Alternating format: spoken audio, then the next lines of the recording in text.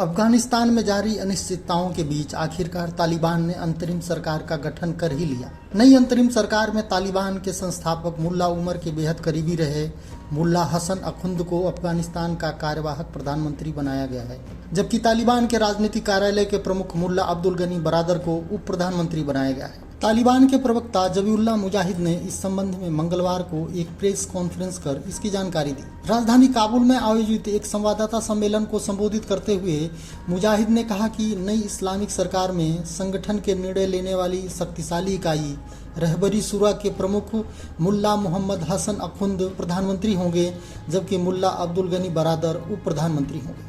Haqqani network के प्रमुख और सोवियत विरोधी छत्रप जलालुद्दीन हक्कानी के बेटे सिराजुद्दीन हक्कानी को 33 सदस्यीय मंत्रिमंडल में गृह मंत्री बनाया गया है।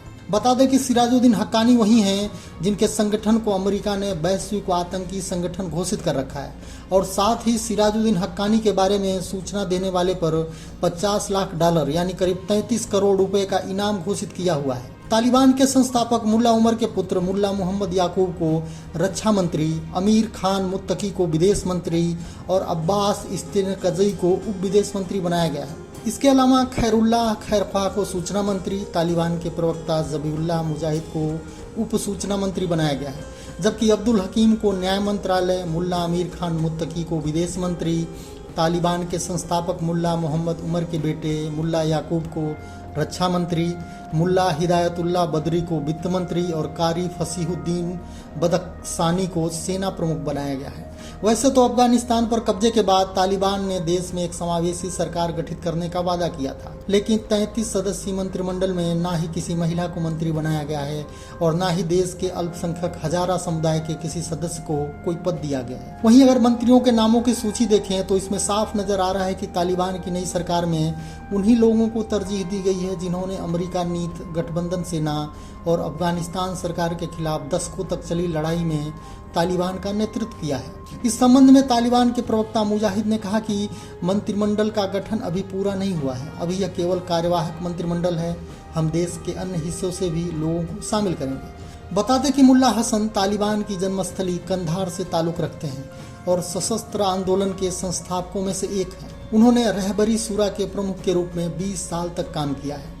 मुल्ला हसन 1996 से लेकर 2001 तक अफगानिस्तान में चली तालिबान की पिछली सरकार के दौरान विदेश मंत्री और उप प्रधानमंत्री के रूप में काम कर चुके हैं। वैसे तालिबान ने अफगानिस्तान की सत्ता जिस प्रकार से हासिल की है उसे देखकर महाभारत का एक दृष्टांत याद आता है। हुआ यूं कि जब हस्तिनापुर की राजगद्दी के लिए कौरवों और पांडवों में संघर्ष की स्थिति पैदा हुई तो भरतवंश को आपसी संघर्ष से बचाने के लिए हस्तिनापुर का विभाजन कर इंद्रप्रस्थ बना दिया गया। इंद्रप्रस्थ का जब निर्माण पूर्ण हो गया तो पांडवों ने एक यज्ञ का आयोजन किया जिसमें तमाम राजा महाराजाओं के अलावा महर्षि वेद व्यास भी आए थे। यज्ञ के सकुशल संपन्न होने के बाद बातचीत के दौरान भीष्म पितामह ने कहा कि राज्य का विभाजन हो गया, चलो अब संघर्ष खत्म हो गया, जिस पर वहां बैठे महर्षि वेद व्यास बोल पड़े कि संघर्ष तो अब शुरू होगा।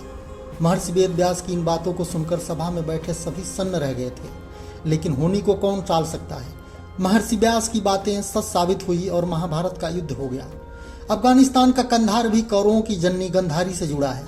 यह हमेशा से ही संघर्ष का केंद्र रहा है। तालिबान की भी यहीं की पैदाइश है। यह कल भी संघर्ष का क्षेत्र था और आज भी है। तालिबान ने अफगानिस्तान में अंतरिम सरकार के गठन की घोषणा तो कर दी है, लेकिन तालिबान की राह इतनी आसान नहीं है, क्योंकि अमेरिका नीत गठबंधन सेना के खिलाफ लड़ाई में अफगानिस्तान के कई छोटे बड़े कबायली गुटों ने हिस्सा लिया था, लेकिन सत्ता में सभी को उनके मनमाफिक हिस्सेदारी नहीं मिली है।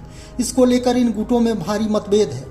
इसकी वानगी दुनिया को तब देखने को मिली थी जब कुछ दिन पहले ही तालिबान और हक्कानियों के बीच सत्ता को लेकर गोलीबारी हुई थी, जिसमें तालिबान का सह संस्थापक मुल्ला बरादर घायल हो गया था। ऐसे में वह लोग जो यह सोच रहे हैं कि अफगानिस्तान में तालिबान की अंतरिम सरकार बनने के बाद वहां अब शांति कायम हो जाएगी, उन्हें यह जान लेना चाहिए कि तालिबान ने बंदूक के दम पर अफगानिस्तान की सत्ता तो जरूर हथिया लिया है, लेकिन शासन कर पाना काफी मुश्किल होने वाला है, क्योंकि तालिबान के इस्लामी अमीरात की स्थापना के बाद सत्ता के लिए असली संघर्ष तो अब शुरू होने वाला है। यह वीडियो आपको कैसा लगा हमें कमेंट कर जरूर बताएं। वीडियो को लाइक शेयर और चैनल को सब्सक्राइब करें।